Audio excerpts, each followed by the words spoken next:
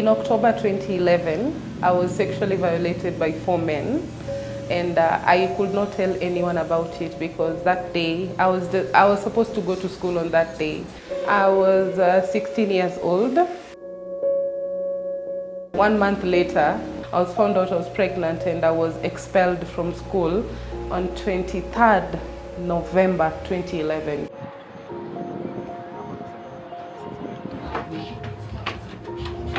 Kwa majina naitwa Elizabeth Atieno, niko na 24 years old na niko na mtoto mmoja. Nilikuwa naishi na baby daddy wangu. So nikishashika mimba kitu January akanidanganya tu, mimba ikafika hadi 4 months. Akaanza madharau, akanifukuza. Nikaenda kwa daktari wetu mwingine huko juu, niko na chemist, akanipea dawa. Nika bleed like normal. Kumbe ikuwa imetoka. Akanilalisha kwa kitanda, ikabidi aivute na ile syringe. So venye alivuta nikaona damu. Tangu nianze kubleed like sasa ni karibu mwezi 2. Naumwa na mgongo, nalalanga tu hapa kwa nyumba the whole day. Hata saa zingine mtoto wangu simpelekangi shule.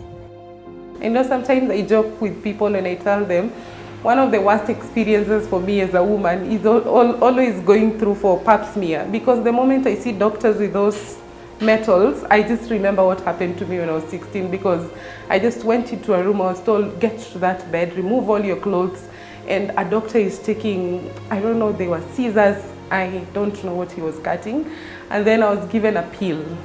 So at around midnight, I felt a very bad pain. It was a very terrible pain, and I was bleeding. I was really bleeding. My father was just there, me telling him, Dad, I am dying, I'm actually dying. But for me, that was my worst night ever. I went through sexual harassment while procuring an abortion because I behaved badly, so this doctor was actually punishing me. Nikaenda CDC, nilipata daktari msichana, na akaniambia hiyo nilirisk, na hiyo kubleed maybe akinivuta aliinterfere na huku ndani yangu. So huo dem pia akaniambia nende hiyo scanning wajue hiyo shida iko wapi. So mimi sijaienda hiyo scanning juu pia ni pesa.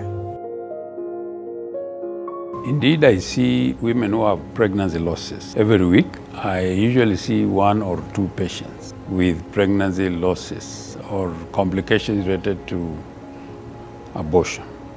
I have made sure most of the signal functions are available.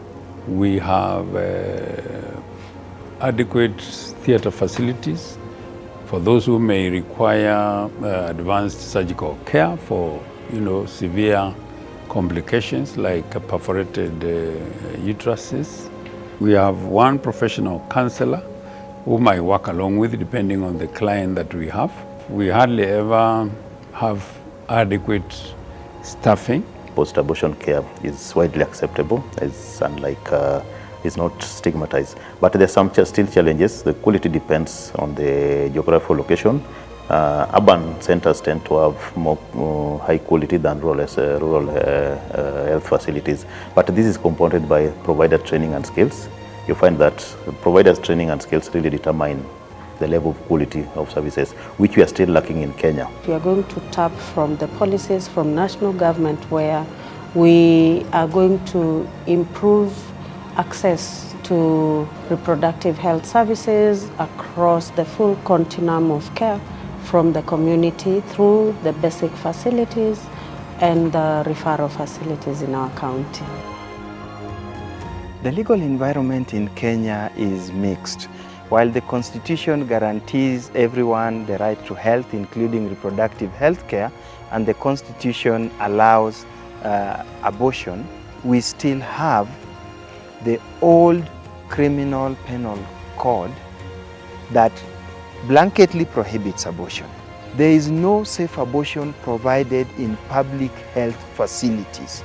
It is largely private providers providing safe abortion, meaning many indigent women who need safe abortion are not getting it. APHRC has been a very critical partner in terms of generating evidence for the work that we do, And so we brought in the private sector provider voices, and also brought in the lived experience to the study, where we brought women and girls that had experienced unsafe abortion to the study to just bring in their voices and also use it as evidence. The last study done was in 2012, which is almost 13 years ago. So there was need for updated evidence so that we know updated figures on what is the incidence of abortion in Kenya, what are the levels of severity of abortion-related complications in Kenya, but then also what is the state in terms of the readiness of health facilities or the health system to address complications that arise from abortions.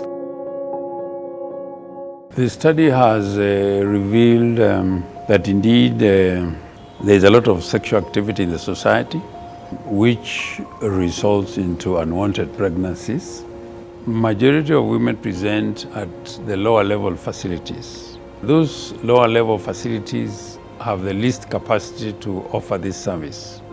But at the same time, the study has also told us that the higher level facilities that are expected to be offering comprehensive PAC, those who have the capacity is just about half of them. This particular information will be very helpful to us in that we are going to focus more on where the bulk of the clients are, which is the community. Women still face community stigma. Even going to seek normal post-abortion care, they go back, they are labeled, they are discriminated. So we really need to do community campaign, educate them, provide for them information, just so that they're able to accept these women in the community. No public hospital is providing safe abortion as allowed by law, but all public hospitals are providing post-abortion care. What this has done is that it has pushed women and girls who are deserving of safe abortion as a reproductive health care to start abortions backstreet and show up in hospitals with complications and to be treated as post-abortion care cases. Our results are very telling. There's been sort of almost a doubling of the total incidence of abortions compared to 2012, which is significant. However, we see a drop in unintended pregnancies, perhaps as a result of the robust efforts by the ministry and other stakeholders to increase access to family planning products and contraceptives. So that may have reduced the total number of unintended pregnancies that we see. However, abortion rates have increased. So I'm looking at this study will help us do policy alignments, do proper legislation, and also strengthen the health system, where we are going to train more providers, avail commodities, improve our services, and even improve data reporting at the facilities. We are going to, of course, sensitize the communities on the findings of this study, which will be a very important aspect of, addressing social norms and also letting the community, women and girls, aware that they can access services. We will also use it to sensitize our healthcare providers so that they understand and it is no longer a barrier when it comes to provision of these services. Some of our basic facilities are minimally staffed, and again the challenges in training where Nairobi County recently recruited, and so you realize that most of the team members who are serving in those facilities are not well abreast with the skills in delivering post-abortion care. Medication abortion has become more and more common and more available, but now we have data to show how common it is in Kenya, and this helps strengthen the claim that we've been saying that this is more and more women are turning to medication abortion and accessing it from informal settings. I wish it was done at the first government hospital I went. Maybe it could be safe, because I keep saying I didn't deserve going through sexual violence in an abortion room because I behaved badly. That person didn't even know my story. He just punished me and he spoke very harsh words towards me. You know, weirdly at 19, I intentionally went to get a child because for 3 years, I was telling myself, you'll never get a child in your life. I was like, what if that man, when he was cutting things, what if he took away my womb?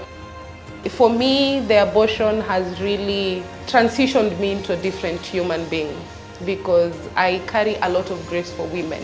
When I founded Rebirth of a Queen organization, my main aim was actually to create a safe space for survivors. So if it is abortion that you want, you will walk through a community that understands you, not a community that judges you.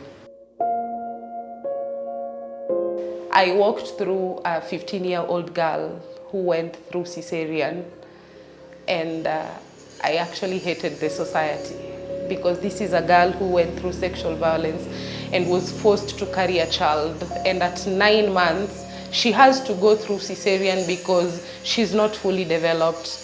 And the first question I asked her, "Are you happy?" And she was like, "Can this child be taken away from me?" SRHR is still a very sensitive issue in our country. We have social norms, communities have different norms, have culture, have, religion that continues to affect how access to SRHR services should be. And of course, during implementation of this, that is one barrier that we're going to face because of communities and their culture. We pull all our efforts together to ensure that that mwananchi on the ground is actually reached. And so we have a whole team who ensure that all the partners who come and want to serve with us in Nairobi are brought on board through a system that is in place and is overseen by our Chief Officer for Public Health.